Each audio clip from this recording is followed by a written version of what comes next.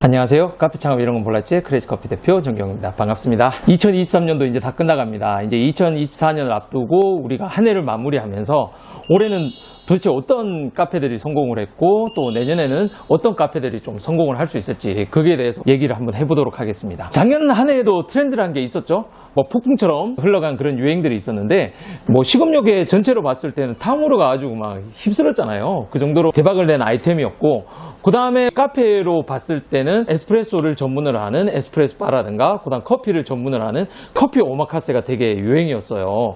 그래서 그런 카페들이 엄청나게 많이 생겼다가 지금은 이제 몇 개만 남기고 다 사라졌죠. 그리고 또 이제 커피 외에 디저트를 중심으로 한 카페들이 좀 많이 나왔었는데 그 중에 특히 베이글이 크게 유행을 했었죠. 지금도 잘 되는 곳들이 굉장히 많습니다. 그렇게 해서 작년에 그런 유행이 있었지만은 결국은 한때의 유행으로 남고 몇몇 유명한 업체만 남기고 다 사라진 지금 그런 상황입니다.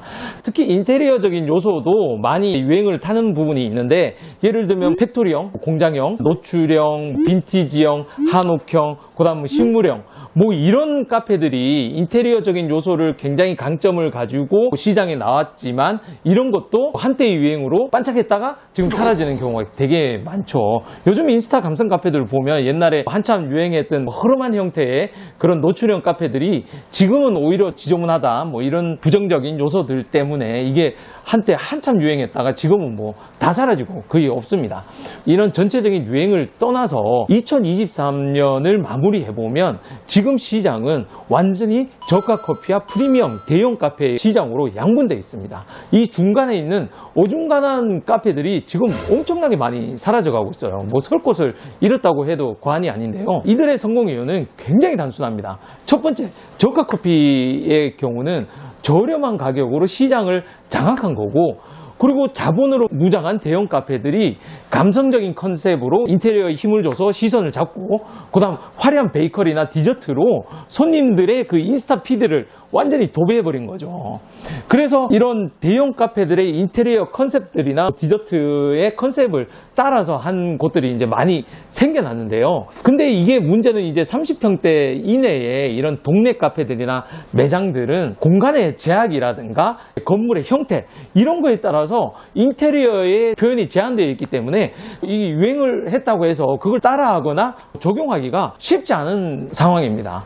그럼에도 불구하고 요즘 유행이다, 이게 대세다 해서 따라하는 카페들이 굉장히 많이 생겨났었죠. 그런데 그게 제대로 성공할 수가 있겠습니까? 왜냐하면 대형 카페들 같은 경우는 규모와 컨셉 자체가 굉장히 차별화 요소를 이뤄낼 수 있기 때문에 자본을 가지신 분들은 그걸 쉽게 적용할 수 있겠지만 어중간한 동네 카페에서 어중간한 예산으로 하다 보면 이걸 따라하기가 되게 어려운 부분들이 있거든요. 그러다 보니까 그런 어중간한 데들이 저가 커피에 치이고 대형 카페에 치여서 다 망해버린 거죠. 하지만 무조건 다 망하지만 않습니다. 그 와중에도 성공한 곳들이 있어요.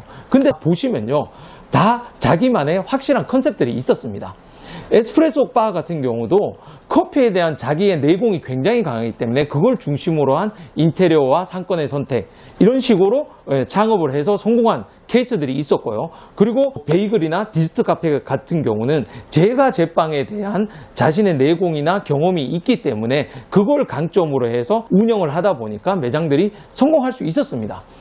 물론 인스타 감성 카페 이런 것들이 성공하기 힘들다 하지만 그런 것들로도 분명히 성공한 인테리어적인 컨셉들도 있었고요.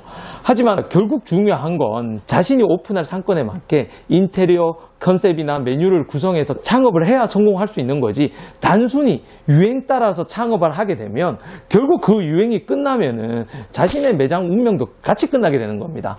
여러분들 1, 2년 장사하려고 이렇게 창업하는 건 아니잖아요. 장기적으로 여러분들이 창업을 해서 성공시켜 나갈 그런 카페를 꿈꾸면서 이렇게 창업을 하시는 건데 결국 그 유행이 끝나버리면 자신도 같이 끝나버리는 그런 상황을 원한 건 아니잖아요. 그렇다면 어떻게 해야 내가 성공할 수 있을 것인지를 깊게 생각해야 됩니다.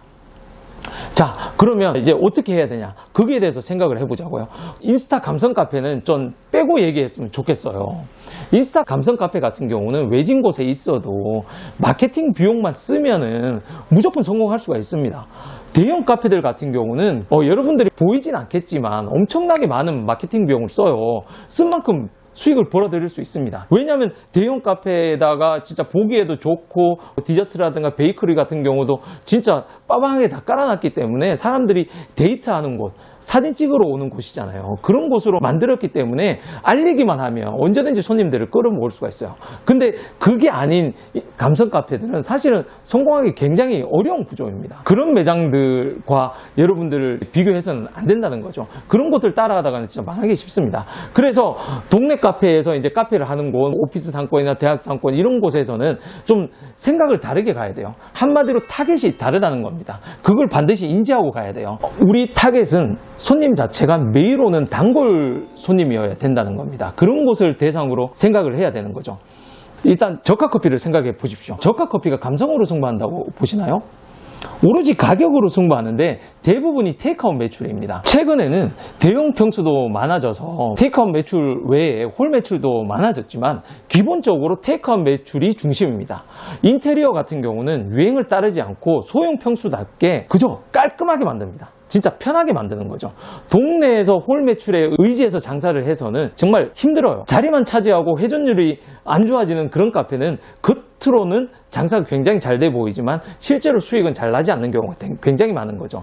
그래서 테이크아웃 손님이 많은 곳이 훨씬 수익이 좋다는 겁니다. 그게 바로 저가 커피 수익 모델이라는 거죠. 감성적으로 인테리어 된 카페는요, 고객들의 입장에서도 보기에도 좋고 방문하기도 좋지만 결국은 수익은 회전율로 생각을 해야 돼요. 그래서 동네 카페의 경우는 가급적이면 인테리어는 유행하는 컨셉보다는 전체적으로 깔끔하게 마무리하고 테이크아웃 동선으로 인테리어와 익스테리어를 구성하는 게 좋습니다. 그리고 메뉴 구성적인 측면에서는 단순히 음료만 내세우는 것이 아니라 디저트류, 특히 홀 매출에서만 소비되는 그런 디저트뿐만 아니라 포장해서 가져가기 좋은 그런 디저트류가 곁들여진 메뉴 구성으로 운영하는 게 좋다는 거죠.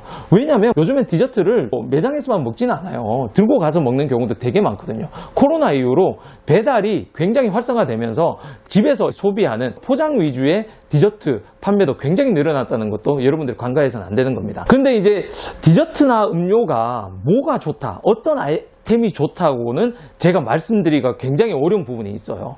예를 들어 베이글이 올해 크게 유행을 했잖아요. 근데 그 베이글을 만들 실력이 됩니까? 경험이 있습니까? 이런 경험도 없는데 무조건 이게 유행했다고 해서 여러분들이 이거 하세요 라고 할 수가 없는 거예요. 또 이 디저트라는 게 장비가 필요한 게 있고 아주 간단한 장비로만 만들 수 있는 것들이 있거든요. 그래서 여러분들이 창업을 하기 전에는 이런 디저트류라든가 메뉴에 대해서 많은 경험과 실력을 쌓아야 됩니다. 지금 당장 물론 내가 할 수는 없겠죠. 내가 뭐 카페를 해본 적도 없고 알바도 해본 적이 없다 그러면 여러분들이 그걸 이제 빨리 습득을 해야 됩니다. 창업을 하기 전에. 그래서 그 기간을 어느 정도 충분히 두고 매장을 오픈해야지 그저 베이글이 유행했다 해서 베이글 하면 되겠네, 아니면 직원 뽑아서 그냥 베이글을 만들면 되겠네, 이런 생각을 가지고 창업을 했다가는 여러분들 바로 망합니다. 그래서 결국엔 매년 우리가 올해는 이걸 해야 됩니다, 저걸 해야 됩니다, 올해의 트렌드는 이거라고 얘기를 하지만 결국 핵심 내용은 여러분들이 자기가 잘하는 걸 해야 롱런 할 수 있습니다. 그 유행을 따르지도 않고. 어떻게 보면 오늘의 핵심은 유행을 따르지 말라는 게 핵심이에요. 결국은 어떤 아이템이든지 빨리 배워서 습득을 해야 된다고 했잖아요. 그 아이템을 빨리 배워서 습득을 하고 그 아이템에 맞춰서 상권과 타겟을 정해야 하고 자신의 예상에 맞게 점포를 구하고 인테리어까지 마무리를 해야 된다는 거죠. 카페 창업이 취미가 아니고 생계 유지의 수단으로 생각하신다면은 단순히 유행을 따라서 창업을 하시면 안 되고요. 자신만의 특기를 가지고 결정해야 되는 겁니다. 이게 진짜 중요한 내용이에요. 이게 진짜 중요한 내용이죠. 그냥 유행 따라서 창업했다가는 나락으로 갈 수가 있습니다. 진짜 오늘의 제목은 트렌드가 뭐가 될 거라는 내용으로 얘기를 하고 있지만 사실은 트렌드를 따르면 안 되고 유행을 따르면 안 되고 여러분들이 장기적으로 성장할 수 있는 그런 구조의 카페를 만드는 게 오늘의 핵심입니다. 2024년 분명히 올해와 거의 비슷한 형태로 흘러갈 겁니다. 크게 바뀔 것들이 없어요. 인테리어 같은 경우는 너무 감성 카페 따라서 하지 말고 기술적인 부분 이런 것들은 돈만 주면 인테리어 업체에서 다 해줍니다. 그런 거 따라 할 필요가 없습니다. 그래서 오히려 내가 판매를 할 수 있는 그 타겟들이 어딘지, 상권이 어딘지 그걸 제대로 분석하고 내 아이템을 정해서 거기에 대해서 빨리 습득을 하고 그걸 진짜 내가 원활하게 할 수 있을 정도의 기술을 가지고 난 뒤에 창업을 하시는 게 올바른 선택일 것입니다. 반드시 명심하시고 창업을 해주시기 바랍니다. 오늘은 이 정도로 끝내겠습니다. 감사합니다.